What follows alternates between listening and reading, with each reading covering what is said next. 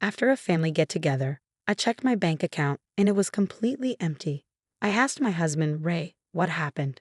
He just shrugged and said, "We all agreed you didn't need that money." I was shaking. I grabbed my phone and said, "Then you won't need this either." As the family was leaving, a loud knock came at the door. Investigators walked in. I'm a 36-year-old woman, married to Ray, 38, for nearly 9 years. We don't have kids, but I thought we had a solid life together. 7 months ago, my dad passed away. He wasn't rich, but he was smart with money. He had a life insurance policy, and since I'm his only child, he left me $215,000. He told me more than once, "This is for you, for your future." When the money came through, I cried. It felt like a heavy responsibility. I didn't blow it. I didn't buy a new car or fancy stuff. I was still grieving. I put most of it into a high-yield savings account in my name only. I was very clear about that. I also quit my job, not because of the money, but because the work environment was toxic. Ray supported me, or so I thought. "Take your time," he said. "We'll figure it out together." Fast forward to a sunny Sunday. We were at Ray's sister Denise's place for a barbecue. His family is really close, too close. I always felt like the outsider. We had just finished eating when Ray's mom, Donna, brought up my inheritance. "Must be nice not to have to worry," she said. I replied, "Yeah, I'm grateful." Then Ray said, "She's not even working, she's just sitting on it." Tasha, another sister-in-law, added, "We were thinking it'd be better if we used it for something that helps everyone." I asked, "We?" "Yeah, Donna, us, we talked. You've got money you're not using. We want to invest it. Land, real estate, a business." I was shocked. "That money's mine. It was left to me." Ray leaned back and said, "You don't need it. You have no debt. We could build something bigger." I held my tongue. I didn't want to fight in front of the whole family. I said, "I'll think about it." The next day, I went to pay my dog's vet bill and saw my account balance. 36 cents. The savings. Also empty. I screamed. I called Ray. "Where is my money?" He calmly said, "I moved it. It's safer now, under both our names." I was furious. "Who told you could do that?" He said, "We all agreed you didn't really need it." He meant him, his sisters, and his mom. What Ray didn't know was that I had already started gathering proof. I'd noticed strange behavior, people whispering, things going quiet when I walked into rooms. I saved screenshots, bank notifications, and even caught him talking about accessing my account. I also had a cousin, Aaron, who works in financial crimes. I called him and he told me not to confront anyone. He'd handle it. For 3 weeks, I played it cool while collecting everything. Aaron's team tracked the money. Tasha had opened a fake company. Denise used part of it for a business. Donna tried to use it to get a loan through her church. Then the big night came. Ray showed up with Tasha and Donna. "You're being difficult. This is a family effort," he said. "You're just sitting on money that could help us all," said Tasha. Donna added, "God wouldn't want you to be selfish." I was silent. Then Ray said, "It's not like we stole it. It's all in the family." They laughed. I stood up, pulled out my phone, looked Ray in the eye and said, "Then you won't need this either." I hit send. There was a knock at the door. Ray opened it. 3 investigators stepped inside with badges. "Mr. Raymond, last name, we have questions about financial activity connected to this residence." Ray froze. Tasha backed up. Donna started to panic. One agent turned to me. "Are you my name?" I nodded. He handed me a folder. "Can you confirm these transactions weren't made by you?" Inside, everything. The fake business. The money trail. Signatures I never signed. Ray whispered, "You did this?" I said, "No, you did." The agents started digging. One went to our office. Another questioned Tasha, who was now crying. Ray tried to say they had no warrant. They did. Donna tried to justify it. She was just sitting on it. They acted like I wasn't even in the room. I grabbed a binder I'd been building, gave it to the lead agent. "You were prepared," he said. "I've been ready for weeks."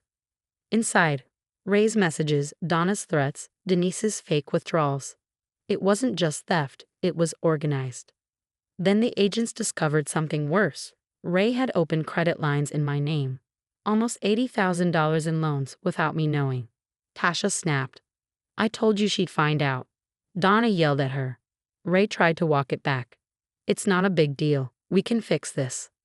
Agent, identity theft is a felony, sir. Then Denise walked in. She hadn't been there. Someone must have called her. She came at me like a hero. You're tearing this family apart over money. I stared at her. You tore it apart when you stole it. Nobody stole anything, she scoffed. Agent. Actually, ma'am, you received $6,400 in stolen funds. That counts. She froze. Later, an agent pulled me outside. Do you recognize this man? It was Ray on a beach with another woman, holding hands. Where'd you get this? We traced payments to her account. He's been spending a lot on her. Trips, hotels, jewelry, a $5,800 diamond necklace. It felt like everything inside me just dropped. I had known something was wrong, but not like this.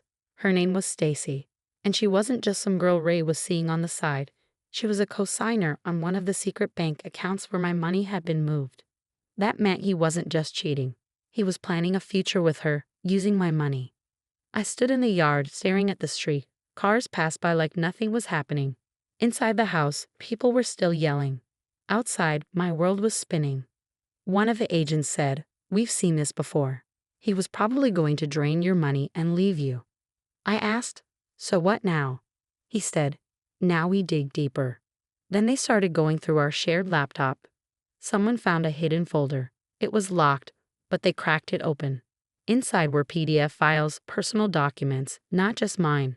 There was info about Tasha's ex-husband, Denise's old college roommate, even Donna's ex-boyfriend's tax returns. I looked at Ray. He was sitting on the floor, head in his hands, saying nothing. An agent said, "Looks like he's been doing this to more than just you." Another added, "This might be a serial fraud case." So yeah, Ray wasn't just a liar and a thief. He might have been running a full-on scam operation. The agents copied the laptop's hard drive. Then one of them pulled me aside. "There's more," he said. I laughed, not because it was funny, because I was about to break. Of course there is. Ray had a second identity, not just a fake email, an actual fake name, with a different license and everything, but the same birthday and photo. He even had a fake LinkedIn profile where he claimed to be a financial consultant from Dallas. With that fake identity, he opened business accounts, some using my stolen money. Others were used for scams. He was running fake investment schemes, crypto, real estate, made-up companies. One woman in Oklahoma lost $40,000. A man in Louisiana gave him $15,000. It was all fake. And the worst part, it wasn't just me he was robbing. He was scamming strangers too. Later, the agents showed me a photo of Ray, Donna, Denise, and another man I didn't know, clean cut, wearing a suit. "Do you know him?" they asked. "No. He's listed as a silent partner in one of Ray's fake companies. His name was Terry Vaughn, Donna's old boyfriend. Turns out, he owned the house Donna lived in. She had lied about that too. Terry was in on the whole thing. That's when I realized Donna wasn't just bossy and annoying. She was involved. The deeper the agents looked, the uglier it got. Donna helped forge documents to access my savings. She used a retired notary friend to fake a letter I never signed. Ray's we all agreed line wasn't just manipulation. It was part of their plan. They weren't asking me to hand over the money. They were going to take it, no matter what I said. That night, after most of the agents left, Denise stayed behind. She sat across from me, pale and quiet. "I didn't know about the loans," she said. I stayed silent. I knew Ray moved the money. I thought it was just temporary. Still nothing. Then she said something I didn't expect. "I think Mom was trying to get you declared incompetent." I blinked. "What?" She said if you didn't agree, we could go to court. Said you weren't working, you were grieving. She could make it sound like you couldn't handle things. Then we could get control legally. It felt like I couldn't breathe. Donna wasn't just trying to take my money. She was trying to make the courts say I couldn't be trusted with it. Denise handed me a folder. Inside were fake court documents like custody papers and forged doctor notes using my old therapist's name. Donna had been preparing to take over my life. A few days later, The lead agent called me again. "We've got a new issue," he said. Tasha had vanished. She missed her meeting with investigators. She emptied her accounts, took out cash, and disappeared. Now the FBI was involved. They were calling it interstate fraud. Ray acted like he didn't know where she was, but they found texts where he told her to lay low. It was all falling apart. Fast. Then the notary friend confessed. She said she didn't know what she signed. Donna had told her it was for a church donation. She also told her I was going through a mental episode and might act paranoid. It's a horrible feeling to realize someone spent months trying to make people believe you were unstable just so they could steal from you without resistance. But by now, things were crashing down. Ray was under investigation. Donna got caught forging papers. Denise handed over Donna's fake court documents, and Tasha, she was gone. I didn't expect to ever see her again. But I did. 2 weeks later, at a court hearing about the frozen accounts, I was sitting with my lawyer. Ray, Donna, and Denise were all there with their lawyers too. Then the courtroom doors opened, and there she was, Tasha, wearing sunglasses, dressed all in black like she was hiding. But she wasn't alone. Stacy was right behind her. Stacy, the woman from the beach photos, the one Ray said didn't exist. They walked in together. Quiet, sat in the back. Even Ray looked shaken. The judge entered. Court began. Then Tasha stood up. "I have a statement," she said. Her lawyer handed a folder to the clerk. Then Tasha spoke, her voice shaking but steady. "I helped move the money. I knew it was wrong. But I didn't know everything. Ray told me it was family money, that she didn't want it, that we were protecting it." She looked right at me.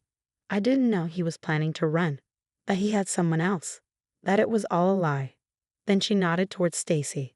"She found me, told me the truth. He used her too." Everyone went quiet. Stacy stood up and spoke. "He told me his wife had died, that the money was his from insurance." I stared at Ray. He buried his face in his hands. Donna shouted, "She's lying." No one listened. Ray snapped, jumped up. "You think you're innocent? You were in on it. Mom, you told me to do it." The judge slammed the gavel. "Order." Ray pointed at Donna. "You said we'd be fine, that it was hers, but not really hers, that she was too soft to fight." Denise yelled, "You dragged me into this. I never wanted any of this." Donna screamed, "We were a family before you brought outsiders in." I stared at her. "Before I brought in the police?" I asked. "Or before I found out you tried to get me declared unstable just to take what wasn't yours?" Silence. Then the judge had everyone sit.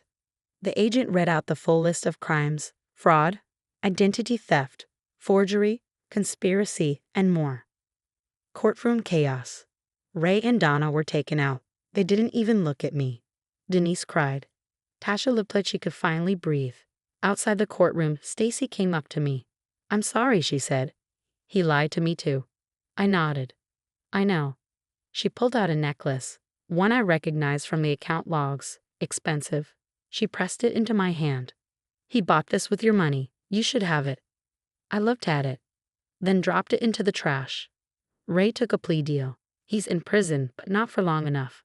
Donna is still trying to fight the charges, but the proof is too strong. Tasha cooperated, got probation. Denise walked away clean legally, but she'll carry the guilt. She tried to say sorry. I listened, but I didn't forgive. I sold the house, moved into a quiet condo near downtown. Just mine. People say blood is thicker than water, but the full quote is, "The blood of the covenant is thicker than the water of the womb." It means the bonds we choose are stronger than family ties. I believe that now. Ray was my husband.